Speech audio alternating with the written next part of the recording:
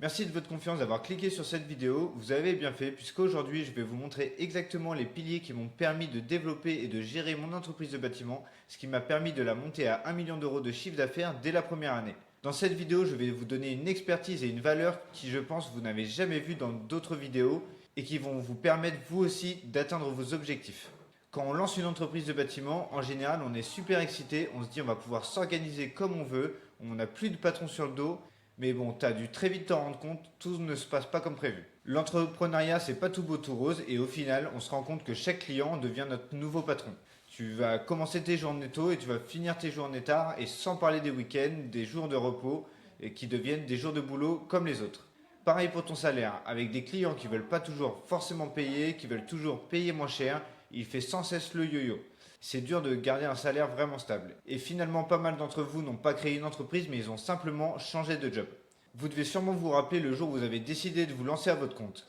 C'était l'excitation pure, hein. On est tous excités à ce moment-là, et on se dit on n'aura plus de patron sur le dos, on s'organise comme on veut, on va pouvoir enfin faire quelque chose qui nous ressemble, quelque chose vraiment de solide. Mais la réalité a dû vite te rattraper. Ce qui devait être ta liberté est devenu une prison, que tu as construite toi-même, brique par brique, par point par point. Au lieu de bâtir un avenir, tu as fini par te bâtir ton propre donjon. Et au final, chaque client est devenu ton nouveau patron. Tes journées commencent à l'aube, ils se terminent tard le soir, sans parler de tes week-ends qui deviennent des jours de boulot comme les autres. Et ton salaire, il fait sans cesse le yo-yo parce que tu as dû te rendre compte, tu as des clients qui te payent soit en retard, soit qui veulent toujours payer moins cher, et du coup, tu baisses constamment tes prix. Le problème, c'est qu'en fait, tu as confondu le fait de bien connaître ton métier. Donc, un carreleur, il sait bien carreler, mais c'est pas pour ça qu'il sait forcément gérer une entreprise. Tu es peut-être un super plombier, un électricien de fou, mais gérer une boîte, c'est vraiment un autre métier. C'est pas juste être un indépendant, c'est aussi savoir créer un business qui bosse pour toi et pas l'inverse. Alors, si tu penses que tu es le seul à galérer, à jongler entre les chantiers, les clients qui payent pas à l'heure et les soirées passées à gérer de la paperasse, dis-toi que c'est faux. Laisse-moi te dire que tu es loin d'être le seul dans le même bateau et vous êtes beaucoup dans ce cas-là. Et d'ailleurs, les chiffres de la CAPEB, ils le montrent, ils sont là pour le prouver parce qu'ils font froid dans le dos. On va avoir 63% des entrepreneurs du bâtiment qui travaillent plus de 50 heures par semaine. Tu m'as bien entendu, plus de 50 heures par semaine. Et je suis sûr que tu n'es pas étonné. On va avoir 58% d'entre vous qui sont crevés en permanence. Dès que vous avez un moment de repos, vous allez dormir et vous allez niquer votre vie de famille. On a plus de 50% aussi qui ont des troubles du sommeil, on a 50% qui sont pessimistes sur l'avenir de leur société et environ 40% qui sont en mauvaise santé. Et là, on ne parle pas juste d'un rhume, on parle vraiment que vous êtes mort. Le pire, c'est que 37% d'entre vous sont près du burn-out. Et ça, c'est pas moi qui l'invente, c'est les chiffres de la CAPEB. C'est peut-être ce que tu vis en ce moment, mais laisse-moi te dire un truc, ça n'a pas à être comme ça. Il existe des solutions pour sortir de ce cercle vicieux et c'est exactement ce qu'on va voir ensemble aujourd'hui dans cette vidéo. Parce qu'il faut que tu t'en rendes compte, ton business dans le bâtiment, c'est comme n'importe quel business. Tu verras, dans un business, il y a 4 étapes à maîtriser vraiment pour prendre le contrôle de ton business. Les 4 étapes, tu vas voir en premier le marketing. On va dire que c'est là où tout commence. Il s'agit en fait de trouver et d'entrer en contact avec des clients potentiels. Si tu n'as pas de clients, tu n'as pas de business. C'est aussi simple que ça. Une fois que tu vas avoir des clients intéressés, il va falloir que tu leur vendes. Mais ça, il ne faut pas le faire n'importe comment, au risque de louper tes ventes et donc d'avoir fait du marketing pour rien. Il va falloir que tu vendes au bon prix et aux bonnes personnes pour que ça en vaille le coup. Et ensuite, on va parler de la distribution, puisqu'il va falloir livrer tes services forcément, parce que le bâtiment, c'est pas de la vente, c'est principalement faire du chantier. Et pour moi, ça, c'est ce que vous savez faire le mieux. Et la dernière chose qu'il va falloir que tu maîtrises, c'est le suivi. Le suivi de tes clients, il est hyper important parce que ça va être plus facile de garder des clients et de les fidéliser plutôt que d'aller en chercher de nouveaux en permanence. Donc on va voir un peu plus en détail ces 4 points qui sont essentiels à ton business dans cette vidéo. Bon, maintenant que tu as bien compris les galères, passons directement aux solutions concrètes pour ton business. Donc tu verras, dans le marketing, on a 4 grands piliers, le bouche-oreille, la prise de contact direct, les appels d'offres publics et privés et la publicité. Donc en premier, on va commencer par le bouche-oreille. Donc la recommandation, tu verras, un client content, il va plus facilement te recommander à un autre client. C'est une des choses les plus simples et les plus faciles pour avoir des clients satisfaits. Mais l'inverse est aussi vrai. Ça veut dire que si tu fais de la merde sur un chantier, bah, le client il dira à ses potes, à son entourage, et donc ça peut te niquer tout un réseau. Le bouche-oreille c'est bien, mais il marche dans les deux sens. À la fois, il peut vous amener des clients comme il peut vous en faire fuir si vous avez fait de la merde.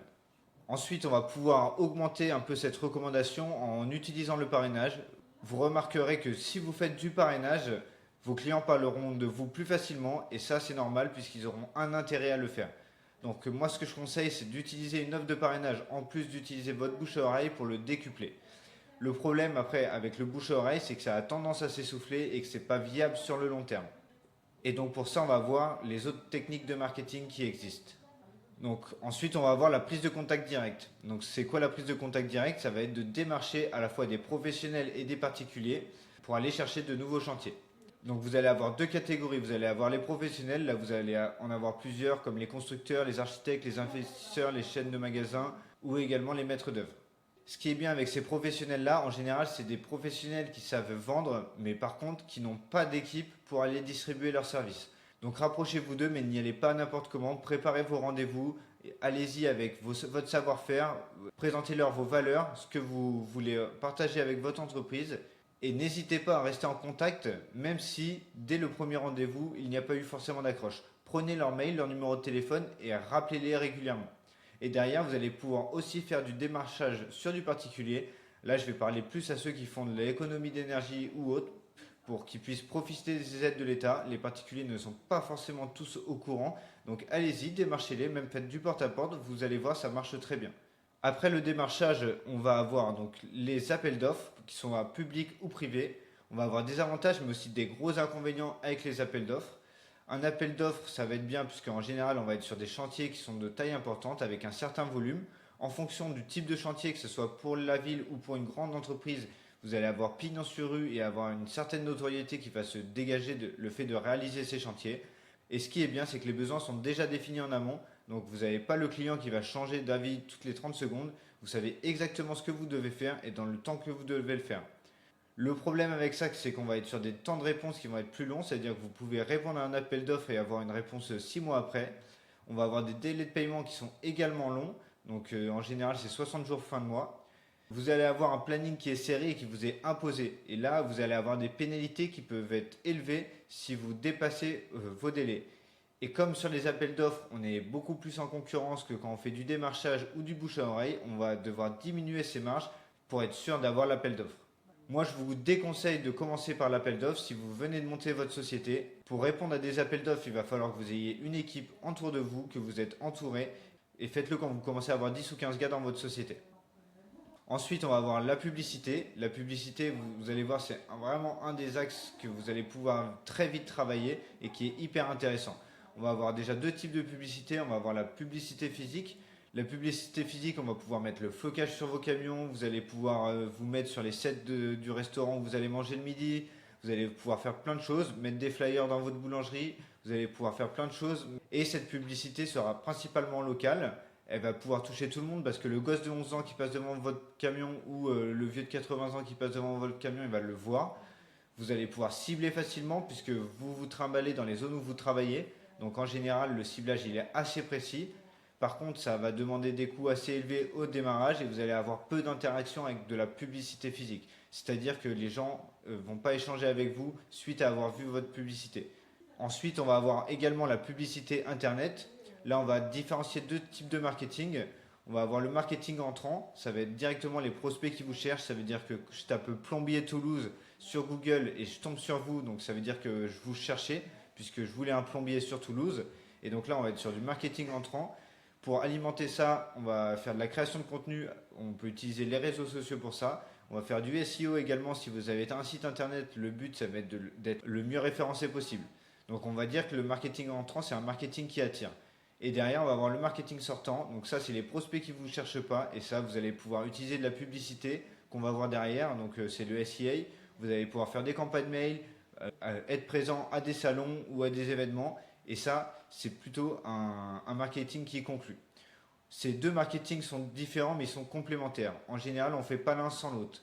Si vous faites de la publicité mais vous n'avez pas de site internet ou de contenu ou de réseaux sociaux, les gens vont cliquer, vont rechercher un peu plus loin. Les gens vont voir que vous n'êtes pas présent et ils vont perdre la confiance qu'ils ont eue en regardant votre publicité. Tout l'intérêt de la publicité internet, vraiment, ça va être que vous puissiez maîtriser votre coût d'acquisition client. Le but, ça va être vraiment de maîtriser ce coût-là, que vous sachiez combien il faut que vous investissiez en publicité pour avoir un client en plus et un nouveau chantier. Ce coût d'acquisition dans le bâtiment, vous allez voir, il tourne entre 30 et 300 euros à peu près en fonction vraiment de votre secteur d'activité et de ce que vous vendez. Si vous êtes au-dessus de 300 € avec une publicité, c'est qu'elle va être mal optimisée et je vais vous conseiller plutôt de la refaire et d'aller voir pourquoi elle ne marche pas. J'ai beaucoup de clients, eux par exemple, qui vont être dans le photovoltaïque, qui sont pas à peu près à 70 €. Dans la serrurerie, eux, ils vont être plus dans les 50 €. Ou alors j'ai des clients qui font des rénovations complètes de maisons et là on va s'approcher des 300 €, dans les 250 à 300 €. Et le but c'est vraiment de maîtriser ce coût-là, puisque quand vous avez une baisse de chantier, vous allez pouvoir réinvestir de l'argent pour avoir de nouveaux chantiers. Ça peut paraître contre-intuitif, mais il faut savoir investir pour recevoir. Et là, on va du coup pouvoir avoir complété le premier pilier, donc qui est le marketing. Donc là, je vous ai montré un schéma qu'on va compléter au fur et à mesure de la vidéo. Ce schéma-là vous montre comment doit fonctionner la société. Donc notre premier pilier, on a mis 250 € en marketing. Si vous êtes encore là sur la vidéo, vous voyez bien, c'est une vidéo sans montage. On délivre juste de la valeur, c'est que sûrement vous êtes intéressé par les processus et comment mettre en place ce genre de système pour votre société. Vous pouvez caler un call directement avec moi en prenant le lien en dessous de la vidéo et je m'occuperai personnellement de regarder si je peux vous aider, comment on peut le faire et comment on peut implémenter aussi une stratégie dans votre société pour atteindre vos objectifs. Ensuite, maintenant, on va passer à la vente. La vente, c'est quoi? Ça va être convaincre d'acheter. Il va falloir que vous ayez un processus de vente pour que vous soyez sûr de vendre comme il faut, au bon prix, à la bonne personne et que vos concurrents ne vous passent pas devant. La première chose à faire quand on vend, c'est gagner la confiance de son client. Il va falloir que vous échangiez et créer une relation avec lui. Il est toujours plus facile de dire non à une entreprise plutôt qu'à un ami. Donc plus vos clients vous en faites vos amis, plus ils vont avoir du mal à vous dire non et choisir le concurrent à votre place. Le but vraiment, ça va être de parler de vous, de parler de votre expertise, de parler de ce que vous savez faire et de vos expériences. Derrière, le prochain pilier dans le cercle de la vente, ça va être de donner des conseils sur mesure. N'oubliez pas, vos clients, ce n'est pas des professionnels. Le professionnel, c'est vous. Donc c'est à vous de bien orienter le client. Le client va avoir des besoins, il ne connaît pas les produits qu'il y a sur le marché et donc vous êtes là vraiment pour le conseiller et lui montrer les avantages et les inconvénients de chacune des solutions que vous allez lui apporter. Ensuite, dans la vente, il faut créer le désir, puisque s'il n'y a pas de désir, il n'y a pas de vente. C'est aussi simple que ça. Les clients achètent ce qu'ils ont envie d'avoir. Du coup, pour créer le désir, vous pouvez venir par exemple avec des échantillons de vos produits, des visualisations 3D si c'est un projet qui est plus conséquent, mais dans tous les cas, créez le désir à vos clients. Projetez-le. Dites-lui, si tu fais ça, alors tu pourras faire ça. Par exemple, en changeant votre salle de bain, vous aurez un plus grand bac à douche, vous allez pouvoir mieux profiter de votre douche, vous allez, je sais pas, vous installer une baignoire, vous allez pouvoir profiter de bain. Il faut vraiment créer le désir auprès du client et c'est ça qui va également le convaincre d'acheter. Derrière, un bon vendeur, il doit savoir parer des objections, puisque vos clients, ils ne connaissent pas le métier et donc ils peuvent vous sortir, par exemple, l'objection qu'on voit principalement, c'est le c'est trop cher. Et dans ces cas-là, à vous de le parer et de dire pourquoi c'est trop cher. Par rapport à quoi vous vous comparez. S'il se compare à un concurrent, essayez de voir ce qui est comparable. C'est-à-dire, regardez ce que le concurrent a chiffré exactement et vous décelez pourquoi vous avez un prix différent de votre concurrent. Et la dernière chose qui vous restera à faire, c'est de conclure la vente. Si votre client hésite encore à ce moment-là dans le processus de vente, à vous de sortir une botte secrète. Vous pouvez sortir par exemple une remise exceptionnelle de dernière minute. Vous pouvez faire aussi une vente complémentaire que vous lui offrez. Par exemple, vous lui posez une salle de bain, et ben vous lui offrez la barre de douche. Vous lui offrez quelque chose pour le convaincre de vendre tout de suite. Par contre, dites-lui bien que cette offre, elle est là que maintenant et que derrière, s'il reveut l'offre, ce sera au prix annoncé avant. Et une fois que vous avez maîtrisé ces étapes, normalement, votre vente doit être réussie. Sur la vente, vous allez avoir un prix de vente qui va correspondre au temps que vous avez passé pour faire votre vente. Que ce soit des rendez-vous clients que vous avez pris pour aller définir ses besoins au rendez-vous final pour votre vente. Moi, je vous conseille vraiment, mais vraiment, de ne jamais envoyer vos devis par mail. Quand vous devez faire une vente, vous devez y aller en physique, en personne, et vous devez présenter votre devis en personne. Si vous faites des petits travaux, il va être important d'avoir une base de prix que vous connaissiez à l'avance, et comme ça, dès la définition du besoin, dès le premier rendez-vous, vous allez pouvoir sortir avec un devis rédigé pour votre client. Et là, vous allez jouer directement sur la rapidité, sur les émotions, et vous pourrez beaucoup plus facilement vendre. Idem si c'est un gros chantier, vous appelez votre client au préalable avant de faire la visite, il va vous expliquer les travaux qu'il souhaite et comme ça vous pourrez faire un pré-chiffrage. Vous devez connaître au moins les prix de 80% de ce que vous vendez et si vous ne les connaissez pas, faites-vous une bibliothèque de prix pour ça. En allant faire votre vente directement au client en physique, vous allez pouvoir vous démarquer de la concurrence et plus facilement convaincre le client en présentiel. Un client va beaucoup plus facilement pouvoir vous dire non par mail qu'en présentiel. Et en plus de ça, en présentiel, si vous dites non, vous allez pouvoir argumenter et échanger et pour pouvoir améliorer le devis et qu'il puisse signer à la fin du rendez-vous.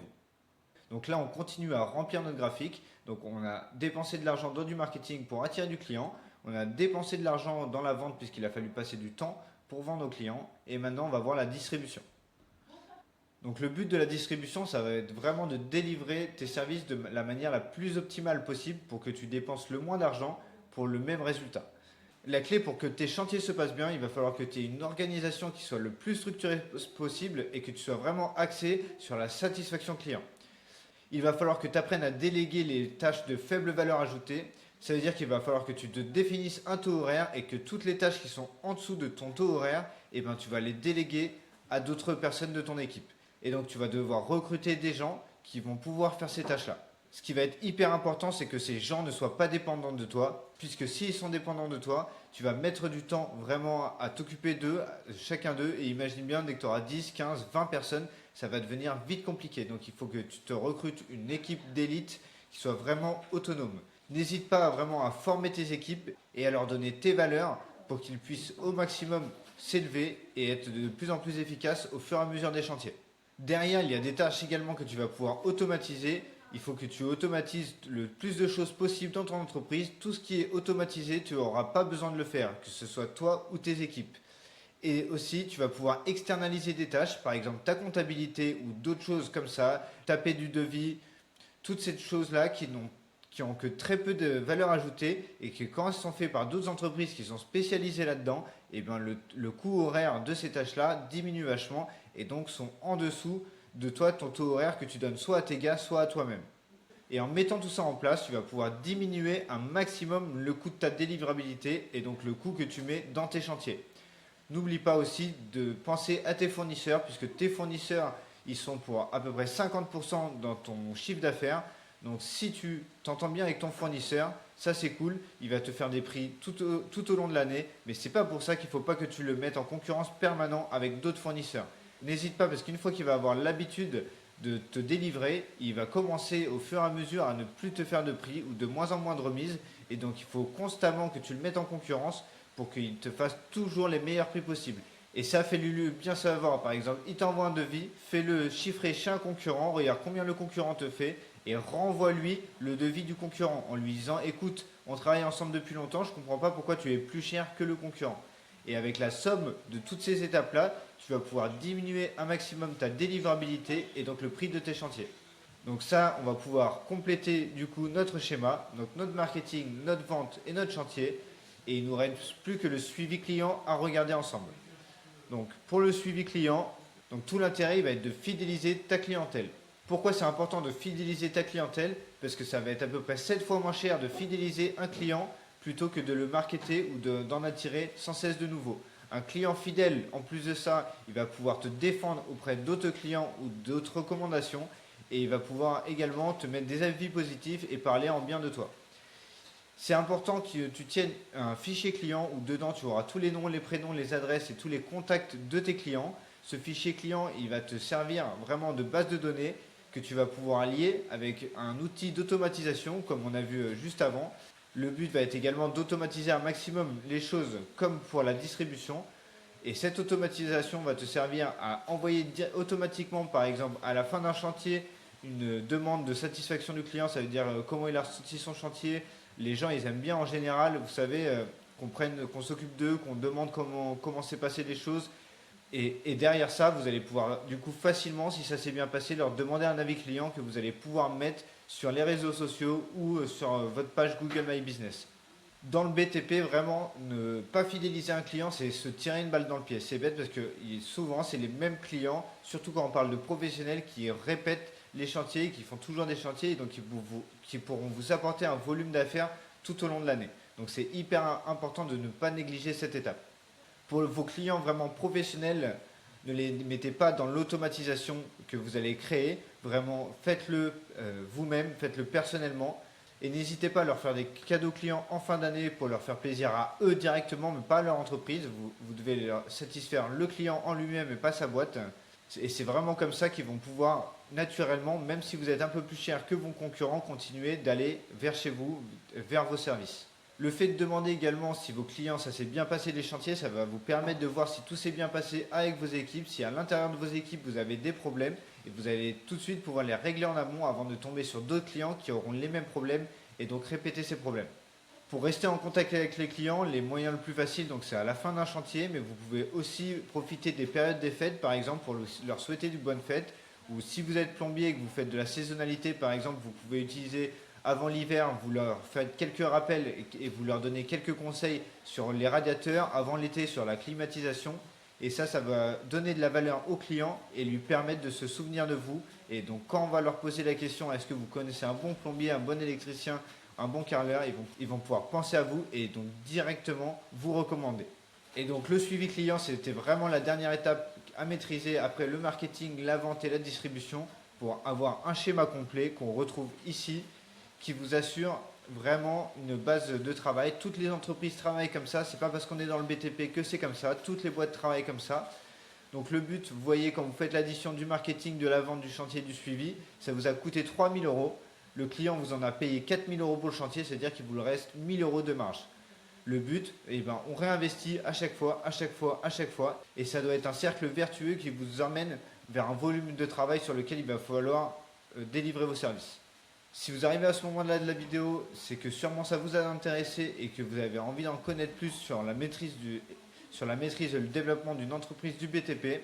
Pour ça, vous pouvez directement caler un call avec moi où on regardera les solutions que je peux apporter à votre business pour vous aider à mettre ça en place dans votre entreprise. N'hésitez pas, c'est moi personnellement qui m'occupe de faire ces rendez-vous et on pourra regarder ensemble du coup si on peut mettre en place une stratégie pour votre entreprise. Merci d'avoir regardé la vidéo et j'espère que vous allez pouvoir implémenter ça au plus vite dans votre entreprise.